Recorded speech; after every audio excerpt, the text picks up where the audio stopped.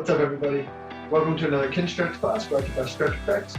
My name is Coach Luke, and I'll be taking you through today's 25-minute elbow and finger focused Kinstretch class. So, looking at all fingers today, and then we'll be doing some new stuff for the elbows that maybe you've not done before, especially in these classes, but then maybe in some other stuff you've done with your joint training. So, we're going to get right into it with some elbow cars, and then we'll work into some wrist cars, kind of help separate the hands a little bit, and then go into some finger work. So we're just going to start with the elbow cars. If you have tennis balls, I recommend you grab them. You don't need tennis balls per se. You can baseballs, racket balls, lacrosse ball. You could even just roll up some socks. Just something to give you something tactile to squeeze onto. If you have yoga blocks, you can also just go take a seat on a yoga block. If you want to just do this class from a seated position, say like in a chair, really we're just going to be kind of in the same position for most of today's class. So you just want to be somewhere where you're comfortable. So you can be on the class in a position that bothers your knees or your ankles.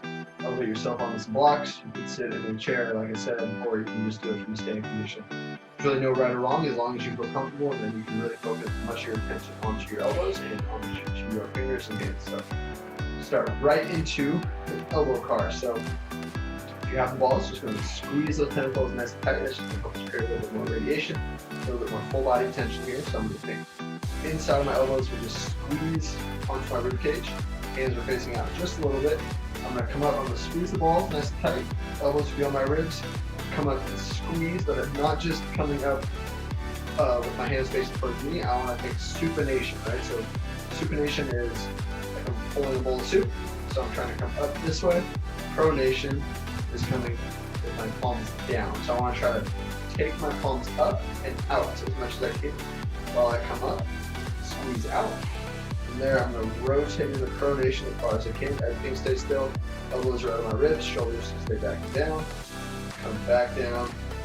And just supinate again. Elbow pits stay forward. The elbow pits are right here. Facing forward. Come up. Squeeze again. Squeeze those elbows. Rotate. Press down. From there, I'll stay down. Up. Rotate. Come down. Supination. Trying to always turn out as I come here. Rotate down, rotate at the bottom, come up, rotate down. From there we're going to go 90 degrees, so it's going to go much closer. We'll do a recurring theme of today's classes for a little while. Elbows are at 90 degrees, inside my elbows are start, stay on my ribcage. From there, just squeeze the tentacles nice and tight. Pronate. Turn those hands over, supinate, kind of rotate out as far as you can. Pronate, turn those palms over, supinate as far as you can. Of course, stays tight. One more time. Pronation, supination. There's a little capsule cars here. We got one more time. Up to the top. Squeeze the biceps nice and tight. Pronate, turn the palms out, facing forward. Supinate, turn the palms in. We got two more. Pronate, supinate, last one, pronate, and supinate.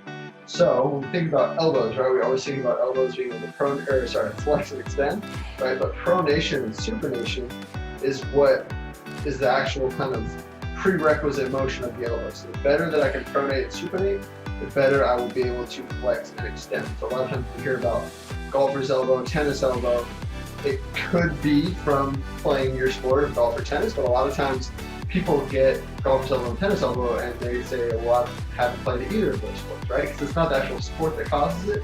It's the sport causing us to use rotation of the elbow that we may or may not have, right? We may have a little bit, but the sport may call for full pronation, full supination at high speeds, right, and high frequency. So if we don't have the ability to rotate, regardless of whether we play the sport or not, like say you're typing on a computer and you need that full pronation that you don't have, so then you're spending all this time pulling motion from other areas or just going into tissue that's not strong enough to have the capacity to withstand the force you're putting into it. So it doesn't necessarily mean it's coming from the sport itself. It means it's coming from doing things that our elbows otherwise cannot do. So the better you get at pronation, supination, The more of those elbows cars you do, the more capsule cars you do from multiple positions, the better your elbows will be able to rotate, and the less stress that can be put on them when they need to rotate. So the more of those you can do, the better, especially if you have, if you have pain there. The more motion you can get throughout your day into those joints, they will kind of just help pump new blood flow in, pump old blood flow out, really allow those elbows to calm down. And as you pick up the frequency, you'll be able to slowly just start pushing out a little bit more supination, a little bit more pronation, and over time, those elbows will improve. So from there, we're going to hold on to those tennis balls. We're going to go wrist cars at the same time here. So elbows are on my ribs, squeezing those tennis balls nice and tight. We're going to go from a supinated position, right? So normally you keep the wrist cars here with open palm one at a time. Now we're going to go at the same time, supinated position to start. Shoulders squeeze those tennis balls, pinky towards the midline of the body. Supinate the wrist, extend the wrist in the supinated position. Come out, flex, back in. So we're just going 2 reps each direction. Supinated position, come up, down, back to the midline, right? So here now it's reverse flex. Think forearms stay up and down, hands pull away from the midline. Forearms don't move, elbows don't move. If you need to go one at a time, you want to pause the video, that's okay.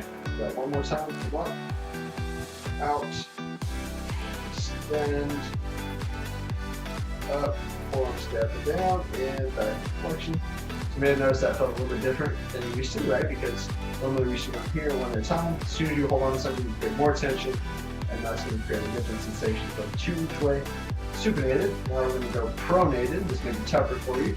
If you can't go full pronation, that's okay. You can just go kind of from here, or even if you want to go from the neutral grip, which is my palms facing in, that's certainly okay as well. So we're here, towards the midline, flex, out, up, in, down, out. Elbows stay on the body.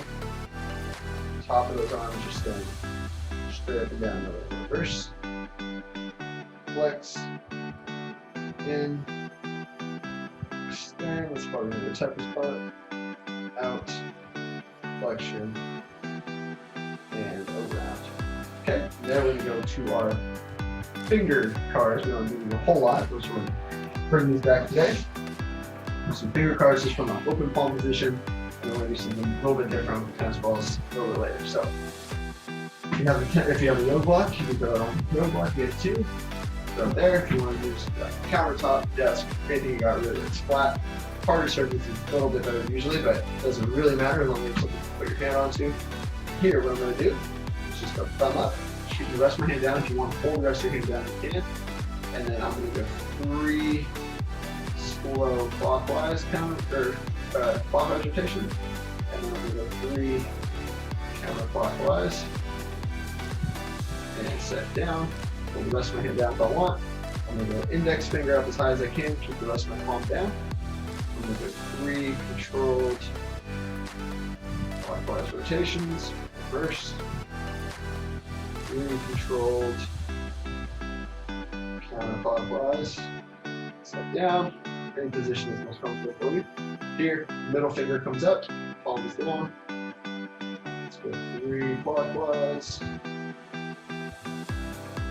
Bottom, every time you come up over the top, try to get as high and as active as you can. You're going to try to push go as high as possible. And set down. Ring finger's probably going to be the toughest one for you. As high as you can go. You got 3 reps. 2, first, 1, 2, 3, good. It's tough to keep that middle finger from joining the party here. That last one, pinkies up. Biggest rotation you possibly can. Come as high as possible every time. 2, and reverse. 1, 2, and 3. Okay, now switch. Other hands down, hold the palm between 2, thumb comes up. Counterclockwise this time. Reverse, 1, smooth. This one, index. As you can, rest your palm safe down. Counterclockwise, 3 rotations. First, clockwise, as high as you can every single time. Push those boundaries. It's a great one if you spend a lot of time typing, a lot of time on the computer, or writing with your hand just in one position. So we want, just like any other joint, right? The more motion we can get into those joints, the more blood flow, the more nutrients we bring into those joints, the healthier those joints are going to be, right? Only way to keep the health of an articulation, which is just the joint, is movement. Okay, so even fingers, right? You may not think about it all the time. Like, oh, I use my fingers all the time. That doesn't mean you use full range of motion, right? So just like a squat is not full hip range of motion. Writing, typing, just really anything to do with your hands is not necessarily full finger range of motion, right? So we want to make sure we get as much motion into every joint every day. That is the recipe. That is what you'll hear us talk about a lot here. Much motion as possible, as many days as possible. Ooh, okay. Fingers should be feeling good now. Okay, so what we're gonna do, we're gonna go these off to the side for a second. We're going to do some elbow, tails and rails. Okay, so what we're gonna do, so if you want to sit on a block, like I said earlier, sitting, standing, doesn't really matter. I'm going to go up one arm at a time, so I'm going to go through the full flexion, and then I'm going to go take this hand, and I'm just going to rotate from the forearm, not just the hand, right, not just the wrist, okay, grab the forearm, rotate as much as I can, I'm just going to hang out here and breathe, okay, nice easy breaths, take your time, as you do, try to pull that forearm out more, right? So we've done these before. If you've done our elbow classes with us, you know, we've done elbow supination, which is going up this way. Those rails from 90. Now we're doing it from a more closed position. So we've done one set here, one set pronation, and then we would do just a flexion, tails and rails. So from here, I'm pulling out, trying to turn my palm away from me. I don't want to pull my whole shoulder out this way, right? So I don't want to lean. I'm going to do that. Everything stays tight. Inside of my elbow is still my rib cage. And I'm just rotating from the wrist, lower forearm, trying to get more supination. And breathe. Probably notice you have more supination here, right? The more flexion you're in, the more rotation you'll have, right? So from here, I'll have a good amount of rotation. If I'm fully extended, I can't actually rotate. That's on my wrist, right? I can't rotate, just like the knee. I can't rotate my tibia with my knee locked out. The more knee flexion I move, the more I can rotate. It's the same thing here. The more elbow flexion, the more I can rotate. So I'm just going to go here. Keep holding that. So our tails, I'm trying to drive them this way. So I'm going to turn my palm towards me. Rails, I'm trying to get more supination. Okay? So I'm holding there. Just resist. Hand tries to press out into more supination for the tails, while the hand tries to follow the forearm, tries to go more pronation. Okay? So here, locked in. Take a breath. Pack that down, full body contraction, and start that tails contraction, trying to turn your palm in while your hand tries to turn your palm out.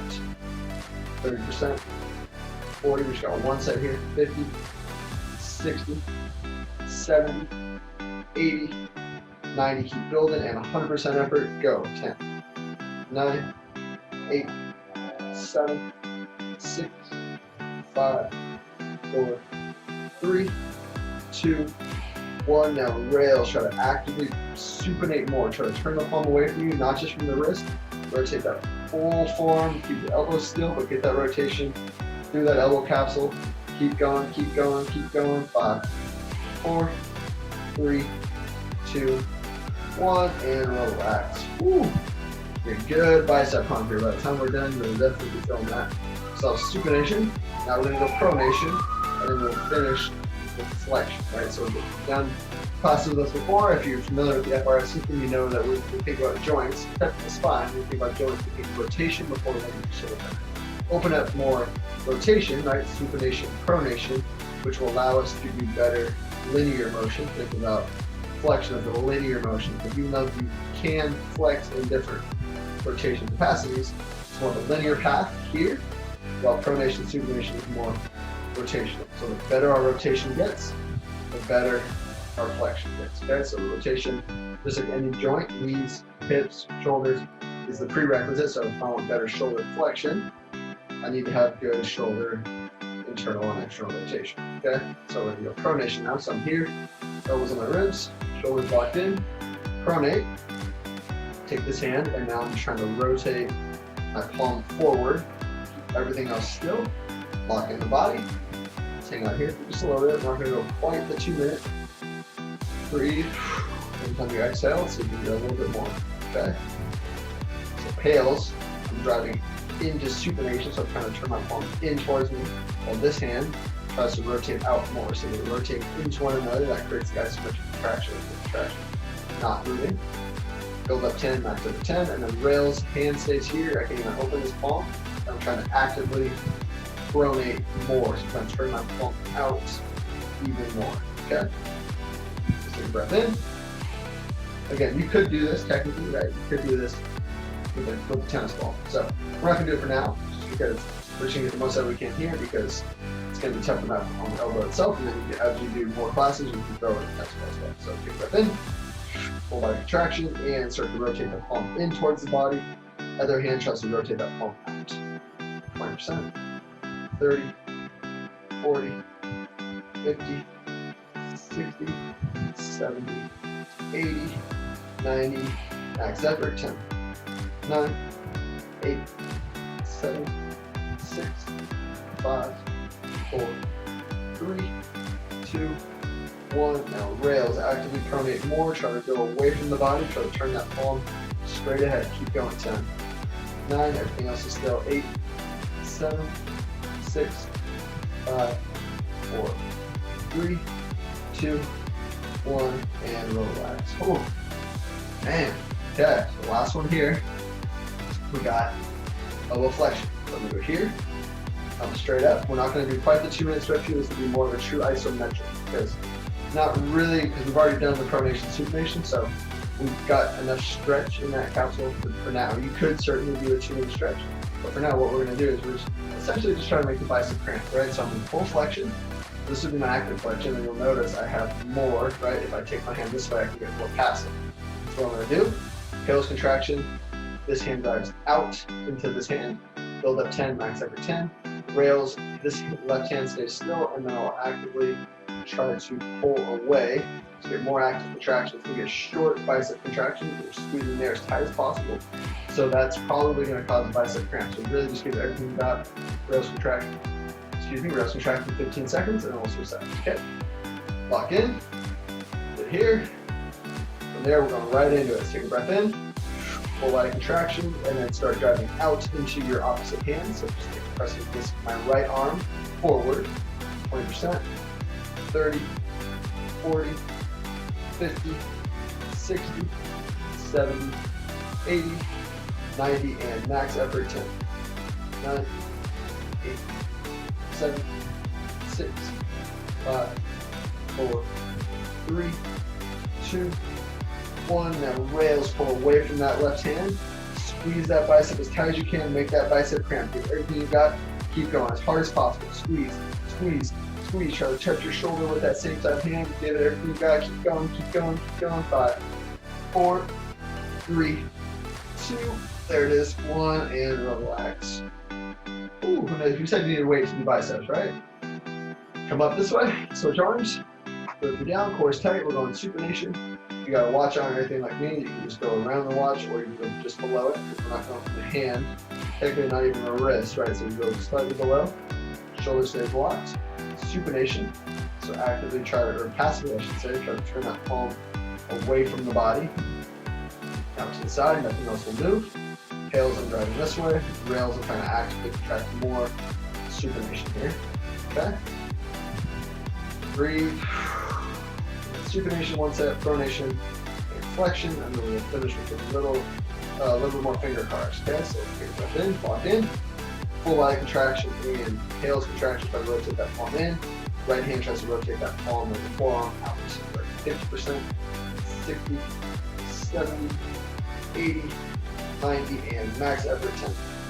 9, 8, 7, 6, 5, 4, 3, 2, 1. Now rails actively try to pull away. Try to rotate that palm away from you even more. This hand can just stay here. Just kind of give some feedback. Everything you got. Let's go for another 7, 6, 5, 4, 3, 2, 1, and relax. So the more you do this, the better the connection you'll make, right? Because we don't want to just rotate the hand. I want to make full forearm, right? And the forearm moves, that means the bones in my elbow capsule are rotating, right? So that's what we'll wrap here. That's what we talk about. Golfer's elbow, tennis elbow, the better we can pronate, supinate, the less stress will go into those tissues if they can't pronate, supinate, right? So now we're going shoulder locked in, pronate, here, go just right below your watch if you're wearing one. Try to actually take this hand full into more passive elbow pronation. You notice that one side is better than the other. I know my left elbow certainly pronates better than my right. It's normal if you're, dominant on one side, right? I played sports through more with my left hand, so my left elbow is better at pronating, which is what you do for football, right? So everyone's got individual differences though. That's the beauty of Kinstretch. You find what your body needs, you find where your body has what's called deficits. That's just not a bad thing, it just means that's where we do more work, right? Okay, tails are going this way, rails are kind of actually get more. Here we go, take a breath in, lock in, and start that first tails contraction, or the tails contraction, 20%, 30, 40, 50, 60, 70, 80%, 90%, and 100% effort. 10, 9, 8, 7, 6, 5, 4, 3, 2, 1. Now rails, try to actively pronate more. Turn that palm straight ahead. Try to rotate out this way. You don't need to hold the hand, but you want to hold here. Just then keep that hand strapping down. Elbow stay squeezing. We're trying to rotate palm out. Keep going, keep going. 5, 4, 3, 2, 1, and relax. Just go all through the elbow. If you don't throw a lot in the wrist, that just means you're getting a lot of wrist rotation. It's not terrible, that just means you're getting wrist work. It's fine. It's still getting work. But as you do it more, like we said, the more connection you can create, and the better you'll get at targeting the specific tissue. Okay, last one we got flexion. Like I said, we're not going to do the tails rails.